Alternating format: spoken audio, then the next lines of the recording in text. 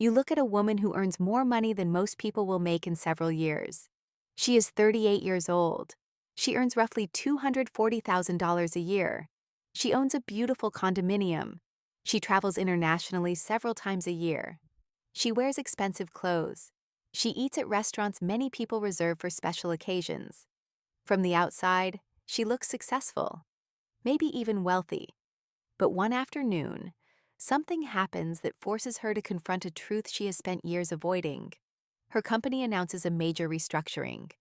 No immediate layoffs, no disaster, just uncertainty. The kind of uncertainty that quietly follows you home, the kind that makes you stare at the ceiling at midnight, the kind that makes you open your banking app when nobody is watching. So she does. And what she discovers shocks her. Not because she's broke, she isn't. Not because she's drowning in debt. She's not. What scares her is something else. If her income disappeared tomorrow, her lifestyle could survive only a few months. 41 years old, $250,000 income, and yet almost no financial freedom. If that sounds impossible, you're not alone. Because most people assume income and wealth are the same thing, they aren't. And that misunderstanding quietly traps millions of people. Hi, I'm Kaya. And today, I'll show you why some of the highest earners in the world remain financially fragile, while others build extraordinary wealth on completely ordinary incomes. Because wealth is not created by how much money enters your life. It's created by what remains after everything else leaves. Most people believe financial success follows a simple formula. Earn more, upgrade your lifestyle, enjoy the rewards, repeat. At first, that sounds perfectly reasonable. After all, why work harder if your life never improves? But hidden inside that logic is one of the most expensive financial mistakes people ever make. A mistake so common that it often looks like success. It's called lifestyle inflation. And unlike debt, it doesn't feel dangerous. It feels deserved. Every raise justifies a bigger apartment. Every bonus justifies a better vacation. Every promotion justifies a more expensive version of life. At first, the changes seem harmless. Then something strange happens. Your expenses quietly learn how to grow at the same speed as your income. And once that happens, earning more money changes surprisingly little. Our main character is Melissa. At 28, she lived in a modest apartment. She cooked most meals at home. She drove a used car. And every month she saved part of her paycheck. Life wasn't glamorous, but it was stable. Back then, she assumed financial freedom would arrive automatically once she earned enough. 10 years later, she had achieved exactly what she wanted. The bigger salary, the better neighborhood, the luxury vacations, the premium gym membership, the designer handbag, the upgraded furniture, the nicer car. Yet something felt off. Every improvement made her happy for a few weeks, sometimes a few months. Then it became normal. And normal is surprisingly expensive. This is where many people become trapped. Because they confuse purchasing power with wealth. Those are not the same thing. Purchasing power allows you to buy more. Wealth allows you to need less. Purchasing power creates options today. Wealth creates options tomorrow. One is visible, the other is often invisible. And invisible things are easy to ignore. A person earning $80,000 while investing $20,000 every year may quietly build far more wealth than someone earning $250,000 while saving almost nothing. One looks rich, the other becomes rich. Time eventually reveals the difference, but not immediately, and that's why so many people miss it. Several years earlier, Melissa visited Kanazawa on a business trip. One afternoon, she wandered through a district known for traditional crafts. The buildings were simple, the shops were modest, the owners spoke softly. Nothing looked particularly luxurious, yet many of these families had operated successful businesses for generations. That fascinated her, because they seemed to understand something modern society had forgotten. Success was not measured by how impressive life looked. Success was measured by how resilient life remained. Each prosperous year wasn't immediately converted into consumption. Part of it became savings, part became investments, part became protection against future uncertainty. They weren't building appearances, they were building stability. Melissa didn't fully understand that lesson at the time, but years later she would, because lifestyle inflation follows a predictable pattern. The first upgrade feels exciting, the second feels deserved, the third feels normal.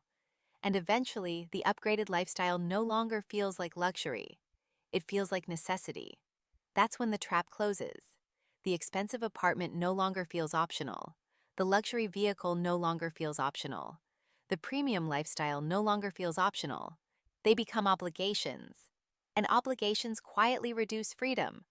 One evening, Melissa began examining her spending, not to judge herself, not to become extreme, simply to understand. For the first time, she asked a question most people never ask. Which of these expenses genuinely improve my life? Not impress other people, not signal success, not create status, actually improve her life. The answer surprised her. Some expenses brought real value. Others simply maintained an image she had become accustomed to. And maintaining an image can be extraordinarily expensive. The realization changed her thinking. Not overnight, gradually. She began directing more money toward assets, investments, retirement accounts, dividend-producing funds, broad market index funds. Things nobody would ever compliment. Nobody notices your investment account. Nobody admires your emergency fund. Nobody posts pictures of your diversified portfolio. But those quiet assets eventually begin doing something powerful. They start buying back your future. Year after year, Melissa continued investing. The changes were invisible at first, then subtle, then undeniable. At 43, market downturns no longer frightened her. At 47, investment income began covering meaningful expenses. At 50, she noticed something remarkable. Her stress around money had decreased dramatically. Not because she earned more, because she needed less from her paycheck. That's an important distinction. Many people spend their entire lives chasing higher income. Few realize that reducing dependence on income is often more powerful. Around that time, Melissa was offered an opportunity, a consulting role, more flexibility, more meaningful work, less prestige. A decade earlier, she would have rejected it immediately. The financial risk would have felt overwhelming. Now it felt different, because her investments had quietly created something income alone never could: choice. And choice is the true purpose of wealth, not luxury, not status, not admiration. Choice. The ability to say yes, the ability to say no, the ability to change direction without panic, the ability to make decisions based on values rather than financial necessity. That's what wealth purchases, and it rarely happens all at once. Financial freedom doesn't arrive like a lightning strike. It arrives like a sunrise, slowly, almost invisibly, until one day you realize the darkness is gone. At 58, Melissa looked back on her life. Her portfolio was larger than she ever imagined. But strangely, that wasn't what mattered most. The greatest reward wasn't the money. It wasn't the returns. It wasn't the account balance. It was the freedom. The freedom to make decisions without fear. The freedom to reject opportunities that didn't align with her values. The freedom to think long-term. The freedom to spend time where it mattered most. And perhaps that's the lesson hidden behind lifestyle inflation. The danger was never spending money. The danger was allowing every increase in income to become a permanent increase in lifestyle. Because the trap doesn't care how much you make. It only cares how much you keep. And maybe that's the question worth asking yourself today. Not, how much do I earn? Not, how impressive does my life look? But, how much freedom am I building? Because wealth rarely begins with a dramatic financial breakthrough. It begins when you stop turning every raise into a bigger lifestyle and start turning part of it into a bigger future. In the end, wealth is not measured by the size of your paycheck.